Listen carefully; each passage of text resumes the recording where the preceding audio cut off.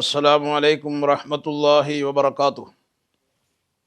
الحمد لله الحمد لله رب العالمين والصلاة والسلام على سيدنا محمد أرسله إلى كافة الخلق لإظهار الإيمان وعلى آله وصحابه الذين جاهدوا بإزالة الكفر والطغيان.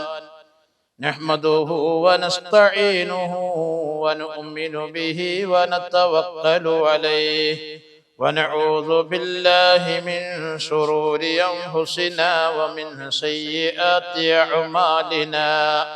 من يهده الله فلا مضل له ومن يضلله فلا هادي له. ونشهد أن لا إله إلا الله وحده لا شريك له. ونشهد أن محمدا عبده ورسوله أرسله بالهدى ودين الحق ليظهره على الدين كله ولو كره المشركون. أما بعد، رب اشرح لي صدري ويسر لي أمري واحلل عقدة من لساني يفقه قولي. اللهم اجعل نصيحتنا نصيحة مؤثرة في قلوب الناس. ബഹുമാനമുള്ള മുഅ്മിനീങ്ങളെ, സഹോദരങ്ങളെ, അല്ലാഹു സുബ്ഹാനഹു വ തആല നമ്മുടെ വിശുദ്ധമായ റമദാൻ അതിലെ മുഴുവൻ സെക്കൻഡുകളെയും കബൂലാക്കുമാറാവട്ടെ. ചെയ്ത ഒരു നന്മയും നഷ്ടപ്പെടാതെ പരിപൂർണമായും അതിൻ്റെ പ്രതിഫലം നൽകുന്ന കാമിലായ അമലായി അല്ലാഹു സുബ്ഹാനഹു വ തആല സ്വീകരിക്കട്ടെ എന്ന് ആത്മാർത്ഥമായി പ്രാർത്ഥിക്കുകയാണ്.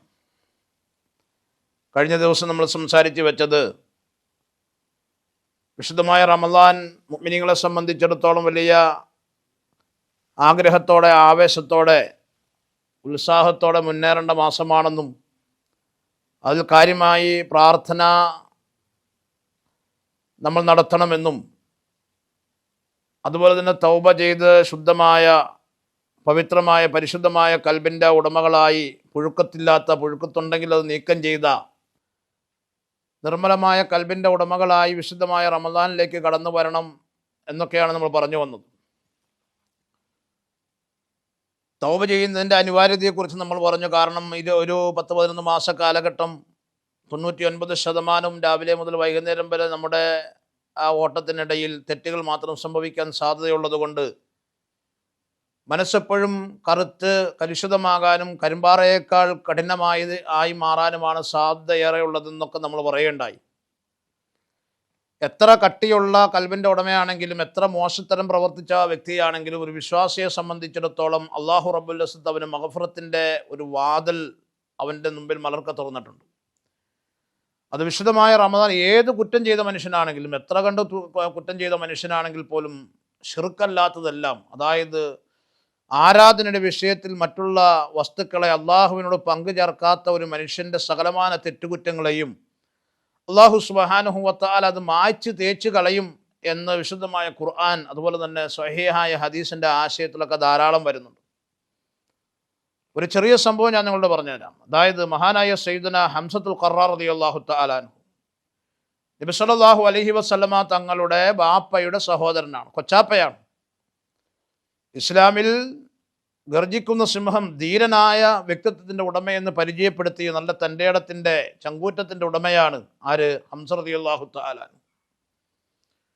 ഹംസത്തുൽ ഖറാർ തങ്ങളെപ്പോലുള്ള ആളുകൾ ഇസ്ലാമിലേക്ക് കടന്നു വന്നതിന് ശേഷമാണ് ആ രാജ്യത്ത് വിശുദ്ധമായ ദീൻ പരസ്യമായി പ്രബോധനത്തിന് തന്നെ പല സഹാബാക്കളും ധൈര്യപ്പെട്ടത്. ഇത് ചരിത്രത്തിൽ രേഖപ്പെടുത്തി വെക്കുന്നുണ്ട്.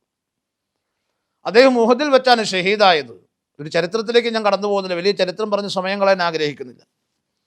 ഉഹദിൽ വെച്ചാണ് അദ്ദേഹം എന്താകുന്നത്, ഷഹീദായി.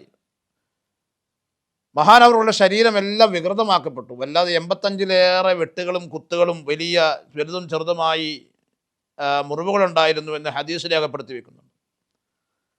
സഹാബത്തും അതുപോലെ പ്രവാചകനും വല്ലാതെ വിഷമിച്ചു. കാലങ്ങൾ കുറേ കടന്നുപോയി. അങ്ങനെ ഹംസത്തുൽ ഖർറാർ റളിയല്ലാഹു തആല അൻഹു ഷഹീദായി.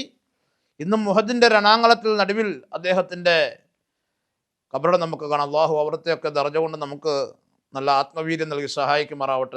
നല്ല തവക്കലും ഈമാനും നൽകി സഹായിക്കട്ടെന്ന് ആത്മാർത്ഥമായിട്ട് ദുആരക്കുകയാണ്. അങ്ങനെ ഒരു അബീസീനിയൻ അടിമയായ വഹിഷിയാണ് ബഹുമാനപ്പെട്ട ഹംസത്തുൽ ഖർറാർ റളിയല്ലാഹു തആല അൻഹുവിനെ ചാട്ടുളി എറിഞ്ഞ് വീഴ്ത്തിയത്. ചരിത്രമൊക്കെ വിശാലമാണ്, ഞാൻ അതിലേക്ക് കടക്കുന്നില്ല. ഈ ഒരു അവസരം, അതായത് ഹംസത്തുൽ ഖർറാർ റളിയല്ലാഹു തആല അൻഹുവിൻ്റെ വഫാത്ത്, നബി സല്ലല്ലാഹു അലൈഹി വസല്ലമ തങ്ങളുടെ ജീവിതത്തിൽ നബി തങ്ങൾ പൊട്ടി കരഞ്ഞ ഒന്ന് രണ്ട് സമയങ്ങളാണ്. ഒന്ന് ഖദീജ ബീബി റളിയല്ലാഹു തആല അൻഹ അവരുടെ വഫാത്തും ബഹുമാനപ്പെട്ട ഹംസത്തുൽ ഖർറാർ തങ്ങളുടെ വഫാത്തും ഷഹീദും ആ ഷഹാദത്തും. അങ്ങനെ കുറേ കാലഘട്ടത്തിന് ശേഷം ഈ ഹംസ റളിയല്ലാഹു തആല അൻഹുവിനെ വകവരുത്തിയ വഹിഷി ഇസ്ലാമിലേക്ക് കടന്നു വരണമെന്ന ആഗ്രഹം അദ്ദേഹത്തിൻ്റെ മനസ്സിൽ വലിയ ഒരു കുറ്റബോധം തോന്നി. ഞാൻ ചെയ്തത് വലിയ അപരാധമായി പോയി, ഞാൻ ഒരിക്കലും ചെയ്യാൻ പാടില്ലാത്തതാണ് ചെയ്തത്. പ്രവാചകൻ സല്ലല്ലാഹു അലൈഹി വസല്ലം തങ്ങളുടെ മനസ്സിനെ വല്ലാതെ നമ്മൾ കീറി മുറിച്ച് വല്ലാതെ വേദനിപ്പിച്ചു. സഹാബത്തിൻ്റെ മനസ്സിനെ വല്ലാതെ വേദനിപ്പിച്ചു. അവരെ ആകെ വിഷമത്തിലും പ്രയാസത്തിലും പ്രതിസന്ധിയിലാക്കി കളഞ്ഞു ദീനിനെ. കാരണം ഹംസ റളിയല്ലാഹു തആല അൻഹു ധീരതയുടെ പര്യായമായിരുന്നല്ലോ. ഏത് വിഷയത്തിലും മുൻനിരയിലുണ്ടായിരുന്ന ഹംസത്തുൽ ഖർറാർ റളിയല്ലാഹു തആല അൻഹുവിനെ സംബന്ധിച്ചിടത്തോളം സഹാബത്തിൻ്റെ വീര്യം ചോർന്നു പോയതുപോലെ അവർക്ക് തോന്നി. അത്രയും ധീരനായൊരു മനുഷ്യൻ മുമ്പിലുള്ളപ്പോൾ പിന്നാലെ നിൽക്കാൻ അവർക്ക് വലിയ ധൈര്യമായിരുന്നു. നബി സല്ലല്ലാഹു അലൈഹി വസല്ലം തങ്ങൾക്ക് വല്ലാതെ ബുദ്ധിമുട്ടും പ്രയാസത്തിലുമായി. അങ്ങനെ കുറേ കാലത്തിന് ശേഷം വഹിഷി ഒരു കത്തെഴുതി, എനിക്ക് ഇസ്ലാമിലേക്ക് വരണമെന്ന ആഗ്രഹമുണ്ട്, ഞാൻ ചെയ്ത് വലിയ അപരാധമായി പോയി, ഞാൻ ചെയ്ത് വലിയ തെറ്റായിപ്പോയി, അതുകൊണ്ട് എനിക്ക് ഇസ്ലാമിലേക്ക് കടന്നു വരണം, എനിക്ക് ഇസ്ലാമിലേക്ക് വരണം, ഷഹാദത്ത് ചൊല്ലി മുസ്ലിം ആകണം എന്ന് പറഞ്ഞു. അങ്ങനെ നബി സല്ലല്ലാഹു അലൈഹി വസല്ലമ തങ്ങളുടെ അടുക്കിലേക്ക് വഹിഷി വന്നൊരു സംഭവം പറയുന്നുണ്ട്. വഹിഷി വന്നപ്പോൾ നബി സല്ലല്ലാഹു അലൈഹി വസല്ലമ തങ്ങൾ മുഖം തിരിച്ചു കളഞ്ഞു, സലാം പറഞ്ഞു വന്നു. അസ്സലാമു അലൈക യാ റസൂലുള്ളാഹ്. നബി തങ്ങൾ സലാം പറയാതെ ഇടത്തോട്ട് മുഖം തിരിച്ചു കളഞ്ഞു, വീണ്ടും വലത്തോട്ട് മുഖം തിരിച്ചു കളഞ്ഞു. വീണ്ടും വഹിഷിയുടെ മുന്നിൽ നിന്ന് നബി സല്ലല്ലാഹു അലൈഹി വസല്ലമ തങ്ങൾ മാറിപ്പോയി. കാരണം വഹിഷിയെ കാണുമ്പോൾ വഹിഷിയോടുള്ള വിരോധം കണ്ടല്ല, ഷഹാദത്ത് കലിമ ചെല്ലാൻ ആഗ്രഹിച്ചു വരുന്നൊരു മനുഷ്യനോട് പിന്നെ അവരുടെ മുൻകാല ജീവിതത്തെ പറയാനോ അതിൻ്റെ പരിമിതിയിൽ നിന്നുകൊണ്ട് അവർ ചെയ്തിട്ടുള്ള തെറ്റുകുറ്റങ്ങൾ എടുത്തു പറഞ്ഞ് അവരുടെ ഈമാനെ തടസ്സം നിൽക്കാനൊന്നും പാടില്ല. അത് വലിയ അപരാധമാണ്. അത് നബി തങ്ങൾക്ക് അറിയാത്തതുകൊണ്ടല്ല. പക്ഷേ വഹിഷിയെ കാണുമ്പോൾ ബഹുമാനപ്പെട്ട ഹംസ റളിയല്ലാഹു തആല അൻഹുവിൻ്റെ മുഖം മുന്നിലേക്ക് വരുന്നു. അതുകൊണ്ട് വല്ലാത്ത പ്രയാസം. അങ്ങനെ അവസാനം സലാം അടക്കാതെ മുഖം തിരിച്ചു കളഞ്ഞപ്പോൾ മുഖറബായ മലക്ക് ജിബ്രീൽ അലൈഹി സ്വലാത്തു വസ്സലാം വന്നുകൊണ്ട് പറഞ്ഞു, നബിയെ, ആ വഹിഷിയുടെ തൗബയെ അല്ലാഹു സുബ്ഹാനഹു വ തആല സ്വീകരിച്ചിരിക്കുന്നു. എന്ത്? നബിതങ്ങളെ പൊട്ടിക്കരയിച്ച, നബിതങ്ങൾക്ക് ജീവിതത്തിൽ വലിയ പ്രയാസം ഉണ്ടാക്കിയ, വലിയ ദീനിന് പ്രതിസന്ധി ഉണ്ടാക്കിയ മനുഷ്യനാണ് അയാൾ. ഏത്? വഹിഷി. അബീസീനിയൻ അടിമയാണ്. നല്ല കരുത്തുറ്റ നല്ല കാരിരുമ്പ് പോലെ ആ ചാട്ടുളി, അതായത് കണ്ണെത്തുന്ന അത്രയും ദൂരത്തിന് അങ്ങേ അറ്റത്തു നിന്നും നല്ല കൃത്യമായും പോയിന്റ് നോക്കി ചാട്ടുളി അയച്ച് ശത്രുവിനെ വീഴ്ത്താൻ കഴിവുള്ള വലിയ തന്ത്രമുള്ള മനുഷ്യനായിരുന്നു. അവസാനം ആ മനുഷ്യൻ വന്നു കഴിഞ്ഞപ്പോൾ നബി സല്ലല്ലാഹു അലൈഹി വസല്ലം തങ്ങളും ആ മനുഷ്യന് വിരോധം കൊണ്ടല്ല, പക്ഷേ അയാളെ കാണുമ്പോഴത്തേനും ഹംസ തങ്ങളുടെ മുഖം ഓർമ്മ വരുന്നുകൊണ്ട് വരരുതെന്ന് പറഞ്ഞു. പക്ഷേ ജിബ്രീൽ അലൈഹി സ്വലാത്തു വസ്സലാം വന്നിട്ട് പറഞ്ഞു, നബിയെ, താങ്കൾ അങ്ങനെ പറയരുത്. കാരണം ആ മനുഷ്യൻ്റെ ഉള്ളിൽ അല്ലാഹു സുബ്ഹാനഹു വ തആല ഈമാൻ്റെ കണികയിട്ട് കൊടുത്തിട്ടുണ്ട്. ആ മനുഷ്യന് ഷഹാദത്തിൻ്റെ മാധുര്യം നുണയാനാണ് താങ്കളുടെ അടുക്കൽ വന്നത്. അതുകൊണ്ട് താങ്കൾ ആ മനുഷ്യനെ വിട്ടോടരുത്. അതായത് ഖുൽ യാ ഇബാദിയല്ലദീന അസ്റഫു അലാ അൻഫുസിഹിം ലാ തഖ്നതു മിർ റഹ്മത്തില്ല ഇന്നല്ലാഹ യഗ്ഫിറു ദുനൂബ ജമീഅ ഇന്നഹു ഹുവൽ ഗഫൂറുർ റഹീം. സൂറത്ത് സുമറിലെ 53-ാമത്തെ ആയത്ത് ഈ വിഷയവുമായി ബന്ധപ്പെട്ടിറങ്ങിയതാണ്. സൂറത്ത് സുമറിലെ 53-ാമത്തെ ആയത്ത്. ഖുൽ നബിയെ, താങ്കൾ പറയണം, യാ ഇബാദിയല്ലദീന അസ്റഫു അലാ അൻഫുസിഹിം, സ്വന്തം ശരീരത്തോട് വിവരക്കേട് കാണിച്ച, അല്ലെങ്കിൽ അതിക്രമം കാണിച്ച ആളുകളോട് താങ്കൾ പറയണം. കണ്ടോ എന്ന് പറഞ്ഞാൽ ഈ വഹിഷിയുടെ ബന്ധപ്പെട്ട വിഷയം വന്നപ്പോൾ നബി സല്ലല്ലാഹു അലൈഹി വസല്ലം തങ്ങൾ ആ മനുഷ്യനെ നിരുത്സാഹപ്പെടുത്താൻ പാടില്ല.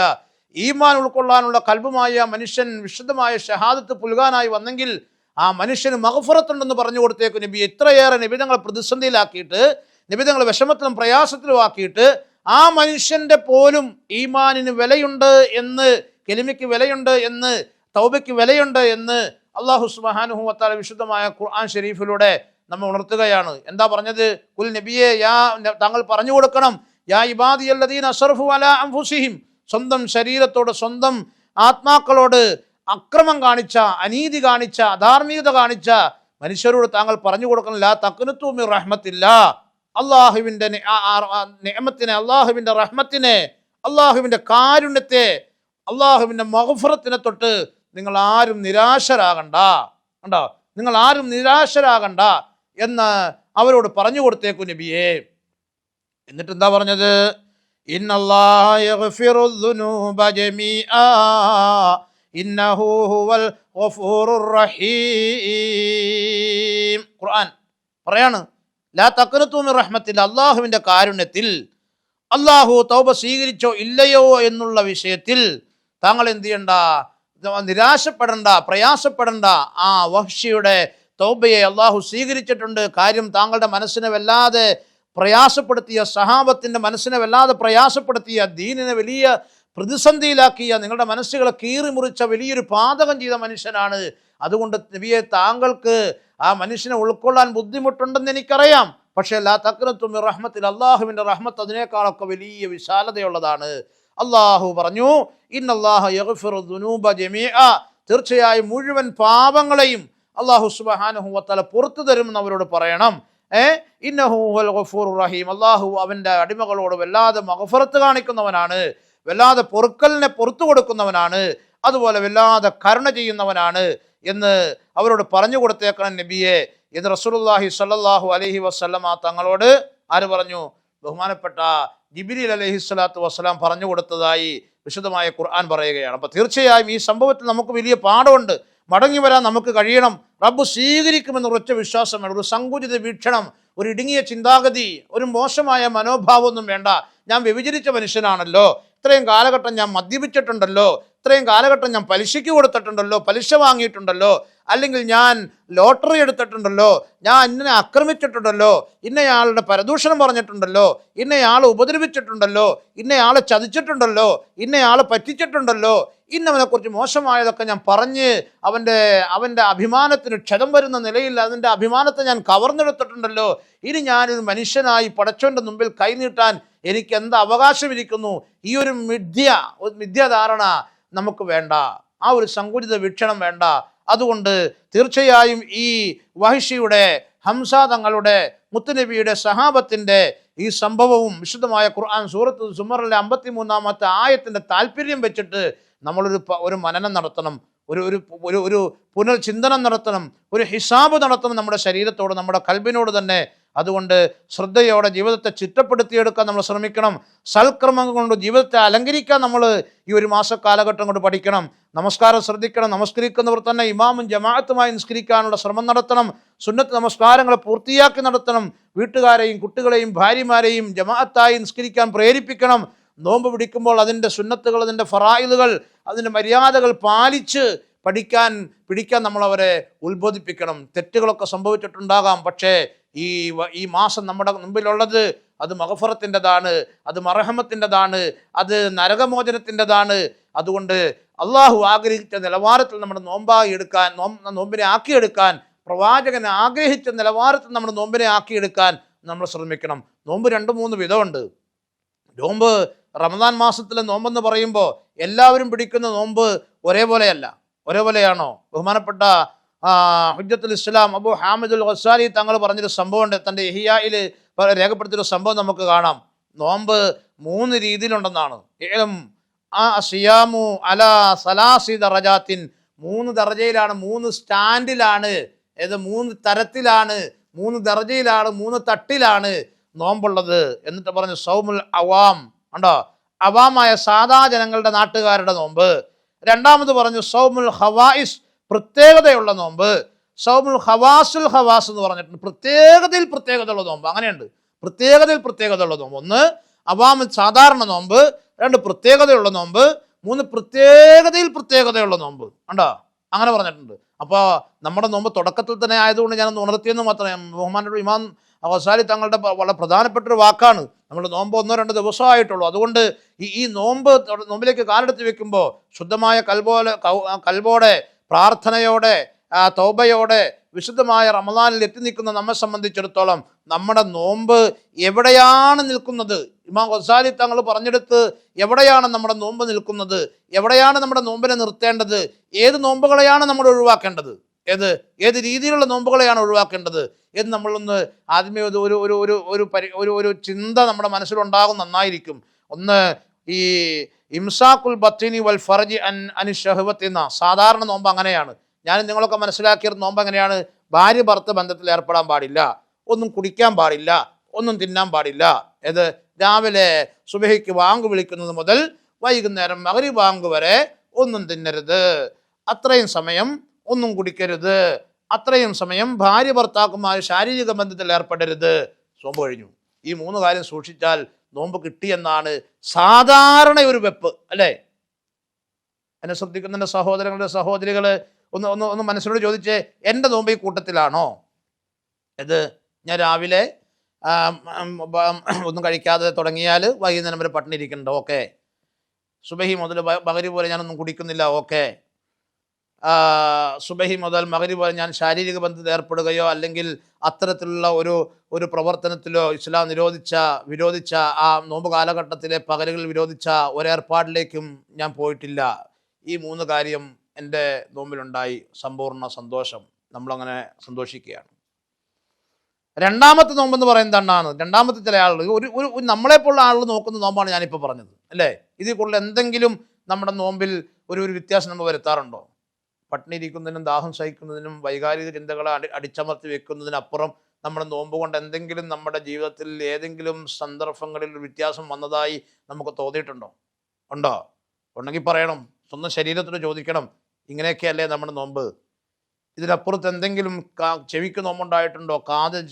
കാലിന് നോമ്പുണ്ടായിട്ടുണ്ടോ? കണ്ണിന് നോമ്പുണ്ടായിട്ടുണ്ടോ? ചെവിക്ക് നോമ്പുണ്ടായിട്ടുണ്ടോ? നാവിന് നോമ്പുണ്ടായിട്ടുണ്ടോ? സ്വന്തം ശരീരത്തോട് ചോദിച്ചു നോക്കണം. ഇതൊരു സൈസ് നോമ്പാണ്.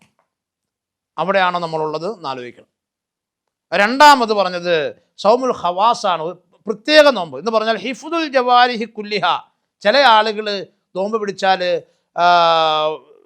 ഭക്ഷണം കഴിക്കാതിരിക്കും, വെള്ളം കുടിക്കാതിരിക്കും, ശാരീരിക ബന്ധത്തിൽ ഏർപ്പെടാതിരിക്കുന്നതോടൊപ്പം തന്നെ ചെവി കൊണ്ട് മോശമായത് കേൾക്കാൻ അവർക്ക് പേടിയാണ്, കണ്ണുകൊണ്ട് മോശമായി നോക്കാൻ പേടിയാണ്, കൈ കൊണ്ട് മോശമായത് പിടിക്കാൻ പേടിയാണ്, കാലുകൊണ്ട് മോശമായ സ്ഥലത്തേക്ക് നടക്കാൻ പേടിയാണ്, കച്ചവടത്തിൽ വഞ്ചിക്കാൻ പേടിയാണ്, ആരുടെയും ഫിത്തന ഫസാദുകൾ നാവ് കൊണ്ട് പറയാൻ പേടിയാണ്, കൽബ് കൊണ്ട് മോശമായി ചിന്തിക്കാൻ പേടിയാണ്. എല്ലാ അവയവത്തിനും നോമ്പുണ്ട്. ചില ആളുകൾ നോമ്പ് അങ്ങനെയുണ്ട്. ഒന്നാമത്തെ ഞാൻ പറഞ്ഞത് ഏതാണ്? വൈകാരിക ചിന്തകളും വിശപ്പും ദാഹവും മാത്രം അടക്കി വെച്ചു. രണ്ടാമത്തത് ആ 3 കാര്യത്തോടൊപ്പം തന്നെ നമ്മുടെ ശരീരത്തിൻ്റെ മുഴുവൻ അവയവങ്ങൾക്കും നോമ്പാണ്. രണ്ടാമത്തെ നോമ്പാണ് പറഞ്ഞത്. ഇനി മൂന്നാമതൊരു കൂട്ടരുണ്ട്, സൗമുൽ ഖവാസുൽ ഖവാസ് എന്ന് പറയും. അതായത് അത് പറഞ്ഞത് ഹിഫ്ദുൽ ഖൽബി അനിൽത്തിക്കാത്തി ഗൈറി റബ്ബി എന്നാണ് പറഞ്ഞത്. അനിൽത്തിക്കാത്തി ഗൈറി റബ്ബി എന്നാണ് പറഞ്ഞത്. അതായത് റബ്ബിൻ്റെ ചിന്തയിൽ നിന്നും കൽബിനെ ഒരു കാരണവശാൽ മാറ്റില്ല. മൂന്നാമത്തെ നോമ്പ് അതാണ്. മനസ്സിലായില്ലേ? അപ്പോൾ ഒന്നാമത്തെ വൈകാരിക ചിന്ത, വിശപ്പ്, ദാഹം അടക്കി നിർത്തിയ നോമ്പ്. രണ്ടാമത്തത് കണ്ണ്, കയ്യ്, കാല്, ശരീരത്തിൻ്റെ മുഴുവൻ അവയവങ്ങൾക്കും നോമ്പോടുകൂടി ആദ്യം പറഞ്ഞ 3 കാര്യങ്ങളെ ശ്രദ്ധിച്ച നോമ്പ്. മൂന്നാമത്തത് ഖവാസുൽ ഹവാസ്.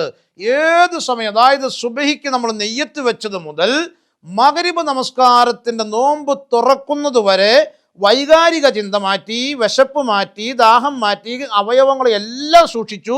മനസ്സിൽ അല്ലാഹ് എന്നുള്ളൊരു ചിന്തയെ വിട്ടുപോയിട്ടില്ല. ഇത് 3 സൈസ് നോമ്പാണ്. ഈ 3 സൈസ് നോമ്പിൽ എവിടെയാണ് നമ്മൾ നിൽക്കുന്നത്? ഒന്നാമത്തതിലാണോ? ആ നോമ്പുകൊണ്ട് കാര്യമില്ല. രണ്ടാമത്തേത് മാത്രമാണോ? നമുക്കതുകൊണ്ട് ആ നോമ്പിൽ അത്രയും ദർജ ഉണ്ടാവുള്ളൂ. മൂന്നാമത്തതിലാണോ? ഈ 3 വിഭാഗത്തിലാകാൻ വലിയ പരിശ്രമം നടത്തണം നമ്മൾ.